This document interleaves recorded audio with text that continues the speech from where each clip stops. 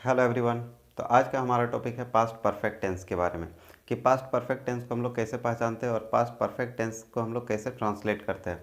तो past perfect tense में कौन सा हेल्पिंग वर्ब का यूज़ होता है और पास्ट परफेक्ट टेंस में कौन सा वर्ब का यूज़ किया जाता है, यानी वर्ब का कौन सा फॉर्म का यूज़ किया जाता है। तो आज हम लोग इस वीडियो में सारा कुछ सीखने के लिए जा रहे हैं और ये बहुत ही कन्फ्यूज़न वाला टॉपिक है क्योंकि अक्सर पास्ट इंडेफिनिट और पास्ट परफेक्ट में लोग कंफ्यूज हो जाते हैं कि इसको पास्ट इंडेफिनिट में बनाना है कि पास्ट परफेक्ट में बनाना है। तो आज का वीडियो एकदम बहुत ही इंपॉर्टेंट होने वाला है और आज सारा टॉपिक हम लोग डिटेल में पढ़ेंगे और हम लोग इस डिफरेंस भी जानेंगे कि हाँ पास्ट परफेक्ट टेंस में हम लोग कब ट्रांसलेट करते हैं और पास्ट इंडेफिनिट में कब हम लोग ट्रांसलेट करते हैं। तो आइए वीडियो में बने रहिए, बिल्कुल एंड तक बने रहिएगा।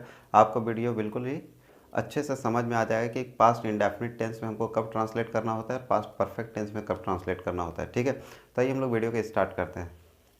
तो देखिए, पास्ट परफेक्ट टेंस का मतलब होता है कि कोई काम पास्ट में मेरा खत्म हो चुका है, कंप्लीट हो जाता है, तो उसको हम लोग क्या बोलते हैं, पास्ट परफेक्ट टेंस। ठीक है, जैसे फॉर एग्जांपल इसको हिंदी में कैसे पहचानते हैं, जिस सेंटेंस के लास्ट में चुका था, चुके थे, चुकी थी इत्यादि रहे, वो मेरा क्या होगा, पास्ट परफेक्ट टेंस होता है। ठीक है, कहीं पे या था, ए थे, ई थी रहे, तो वहाँ पर ऐसा कंडीशन में क्या होता है कि वो मेरा सिंपल पास्ट में भी बनता है और कभी कभी ऐसा होता है कि पास्ट परफेक्ट में भी बनता है। ठीक है, तो वहाँ पर दो कंडीशन होता है। आपके पास अगर दो पास्ट का सेंटेंस दिया होता है तो एक पास्ट इंडेफिनिट में बनेगा तो दूसरा पास्ट परफेक्ट में बनेगा। वो कैसा होता है वो हम लोग आगे जाके डिस्कस करेंगे। ठीक है, अभी सबसे सिंपल समझते हैं कि जिस सेंटेंस के लास्ट में चुका था, चुके थे, चुकी थी इत्यादि रहे, वो मेरा क्या होता है, पास्ट परफेक्ट टेंस में होता है। ठीक है, इसका एफर्मेटिव स्ट्रक्चर क्या होता है, तो सबसे पहले सब्जेक्ट और हेल्पिंग वर्ब पास्ट परफेक्ट का हैड यूज़ किया जाता है और उसके साथ वर्ब का थर्ड फॉर्म का यूज़ किया जाता है और ऑब्जेक्ट,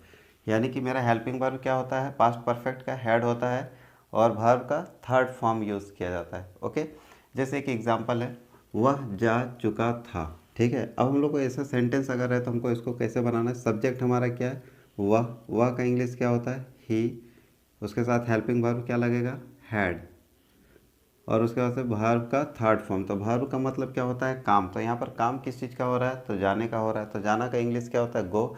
गो का वर्ब थ्री क्या होता है, तो गॉन होता है। तो क्या हो जाएगा, ही हैड गॉन, वह जा चुका था। वह बाजार जा चुका था, he had gone to market. वह खा चुका था, ही हैड ईटन। वह खेल चुका था, ही हैड प्लेड। वह सो चुका था, ही हैड स्लेप्ट। वह आ चुका था, ही हैड कम। मैं खेल चुका था, I had played.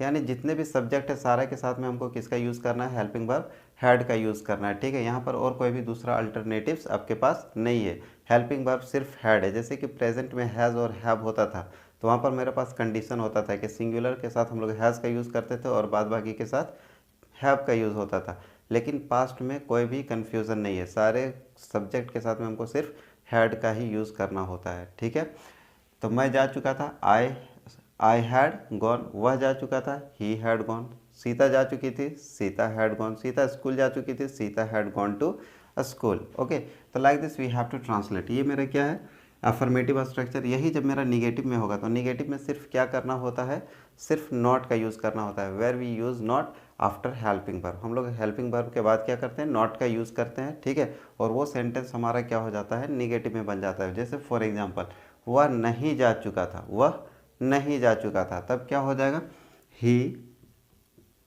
Had not gone.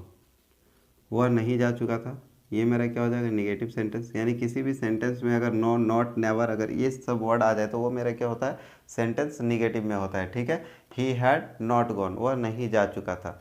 क्या वह जा चुका था, अगर इस तरह रहे इंट्रोगेटिव सेंटेंस, तो जब भी सेंटेंस क्या से स्टार्ट होता है, क्या वह जा चुका था, यानी कि यहाँ पे क्वेश्चन पूछा जा रहा है, तो ये मेरा क्या हो गया, इंट्रोगेटिव सेंटेंस। इंट्रोगेटिव सेंटेंस को हम लोग कैसे बनाते हैं, तो सबसे सिंपल है, जो हेल्पिंग वर्ब होता है उसको हम लोग सब्जेक्ट से पहले रख देते हैं। तो हैड को हम लोग बाहर लेते आएंगे तो क्या हो जाएगा, had he gone, had he gone. क्या वह जा चुका था, क्या वह पढ़ चुका था, हैड ही रेड। क्या वह लिख चुका था, हैड ही रिटन। क्या वह खा चुका था, हैड ही ईटन।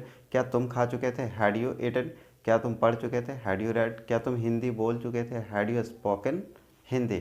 क्या तुम इंग्लिश लिख चुके थे, हैड यू रिटन इंग्लिश। क्या तुम होमवर्क कर चुके थे, हैड यू कंप्लीटेड होमवर्क। क्या तुम अपना होमवर्क कंप्लीट कर चुके थे, had you done your homework. Okay, तो like this we have to translate. ये मेरा क्या था, निगेटिव, अफर्मेटिव, निगेटिव और इंट्रोगेटिव। अब इसके बाद एक और पढ़ते हैं, interrogative negative. Interrogative negative sentence, यानी कि ये मेरा क्या है, इंट्रोगेटिव क्या के साथ में अगर नहीं लग जाए तो वो मेरा क्या होता है, इंट्रोगेटिव निगेटिव। जैसे फॉर एग्जांपल, वह जा चुका था, ये अफर्मेटिव, वह नहीं जा चुका था, ये मेरा क्या हो गया, निगेटिव सेंटेंस। क्या वह जा चुका था, ये मेरा इंट्रोगेटिव हो गया। अब इंट्रोगेटिव निगेटिव क्या होगा, क्या वह नहीं जा चुका था, यानी क्या भी होगा साथ ही साथ क्या होगा, नहीं होगा। ठीक है, क्या वह नहीं जा चुका था, क्या वह नहीं जा चुका था। तब हम लोग ऐसा में क्या बनाते हैं, जब क्या रहता है तो हम लोग क्या करेंगे, हेल्पिंग वर्ब को बाहर रखेंगे। वह, ही, अब नहीं का, नॉट, जाना का, गॉन। क्या वह नहीं जा चुका था, हैड ही नॉट गॉन। क्या तुम नहीं खा चुके थे, हैड यू नॉट ईटन। क्या तुम नहीं पढ़ चुके थे, हैड यू नॉट रेड। क्या तुम नहीं सो चुके थे, had you not slept. Okay, क्या तुम पटना नहीं जा चुके थे, had you not gone to Patna. क्या वह पटना नहीं जा चुकी थी, had you not had she not gone to Patna. Okay, तो इस तरह करके बनाते हैं। अब देखिए हमारा एक कंडीशन और होता है कि मेरा सेंटेंस लगेगा कि हाँ ये मेरा तो परफेक्ट में है। जब दो सेंटेंस हमारा दिया रहे पास्ट में, तो हम लोग किसको बनाएंगे सिंपल पास्ट में और किसको बनाएंगे पास्ट परफेक्ट में। ठीक है, तो ये हम लोग उसको समझते हैं। ये मेरा जो भी था ये सिंपल था। ठीक है, जैसे एक बार और रिवाइज कर देते हैं। मैं खा चुका था, आई हैड ईटन। मैं नहीं खा चुका था, आई हैड नॉट ईटन। क्या मैं खा चुका था, हैड आई ईटन। क्या मैं नहीं खा चुका था, हैड आई नॉट ईटन। ठीक है, ये तो सिंपल है। अब जब दो पास्ट का सेंटेंस आता है तो मेरा एक बनता है सिंपल पास्ट में और दूसरा बनता है पास्ट परफेक्ट में। तो हम लोग उसको कैसे बनाते हैं, ठीक है, तो आइए देखते हैं, लेट्स मूव ऑन। जैसे कि एग्जांपल दिया हुआ है, मेरे आने से पहले वह जा चुका था। मेरे आने से पहले जा चुका था। अब देखिए इस सेंटेंस में क्या हो रहा है कि आपका दो काम हो रहा है। ठीक है, तो जब दो काम होता है तो हम लोग क्या करते हैं, ये दोनों पास्ट में हो रहा है।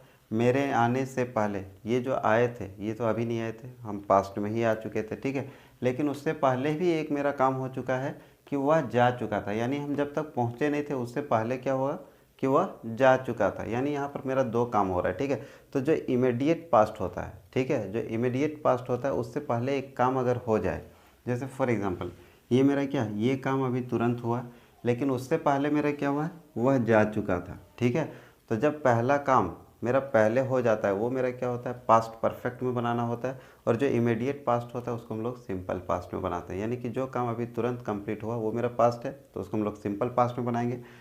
तो मेरे आने से पहले, जब हम आए उससे पहले एक काम हो चुका था, तो ये काम मेरा पहले हो चुका है तो इसको हम लोग क्या करेंगे, ये पहला पास्ट है तो इसको हम लोग क्या करेंगे, पास्ट परफेक्ट में बनाएंगे। और ये मेरा इमीडिएट पास्ट है तो हम लोग इसको क्या करेंगे, सिंपल पास्ट में बनाएंगे। ठीक है, अब इसको बनाते कैसे हैं, इसका स्ट्रक्चर क्या होगा, दोनों का एक ही साथ यूज़ करना है। ठीक है, तो मेरे आने से पहले वह जा चुका था, तो पहले कौन सा काम हुआ है, जाने का, तो पहले वही बनाते हैं, वह जा चुका था। यानी जो काम पहले कंप्लीट हो चुका है हम लोग पहले उसका ट्रांसलेशन करते हैं। तो वह जा चुका था, अभी हम लोग जस्ट पढ़े, क्या होगा, ही के साथ क्या लगेगा, had gone, he had gone, वह जा चुका था। मेरे आने से पहले, तो पहले का इंग्लिश क्या होता है, बिफोर,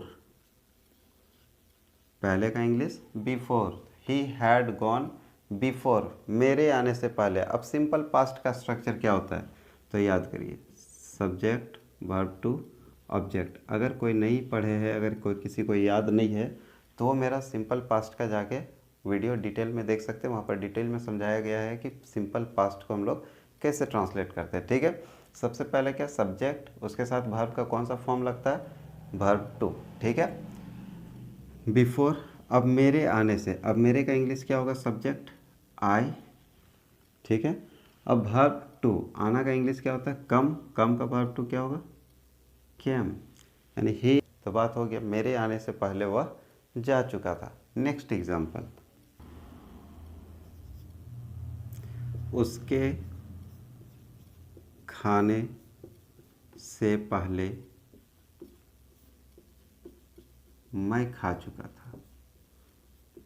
मैं खा चुका था, मैं उसके खाने से पहले मैं खा चुका था, यानी वह जब खाया उससे पहले हम खा के कंप्लीट कर चुके थे। तो मेरा पहला पास्ट क्या है, ये, उसके बाद से ये काम हो रहा है।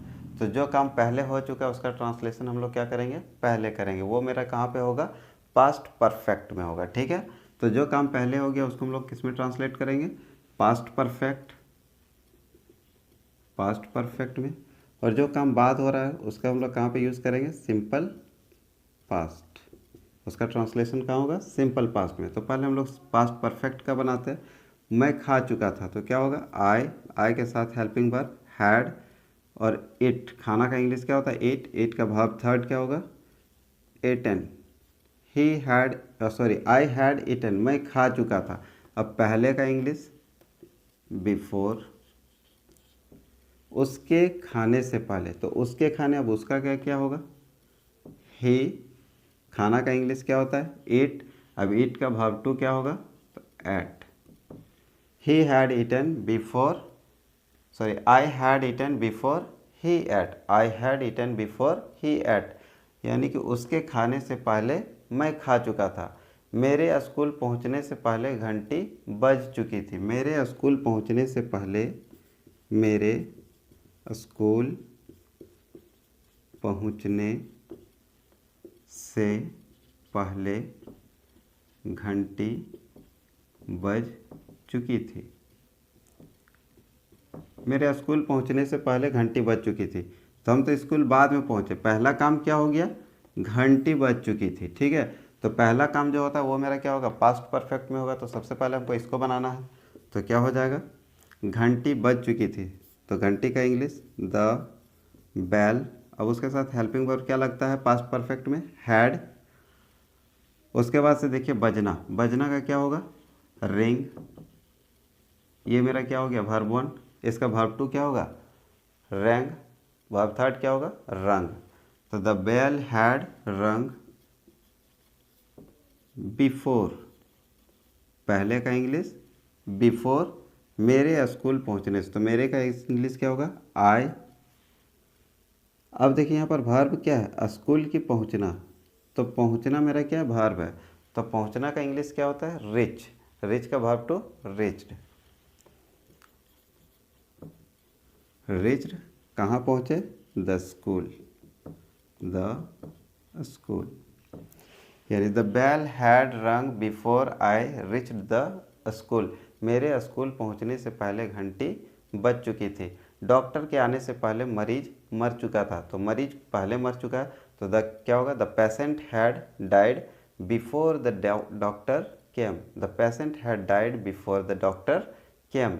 डॉक्टर के आने से पहले रोगी मर चुका था। तो इस तरह करके हम लोग क्या करते हैं, इसका ट्रांसलेट करता है। अगर ये निगेटिव होगा तो निगेटिव का क्या होगा, मेरे स्कूल आने से पहले वह नहीं भाग चुका था।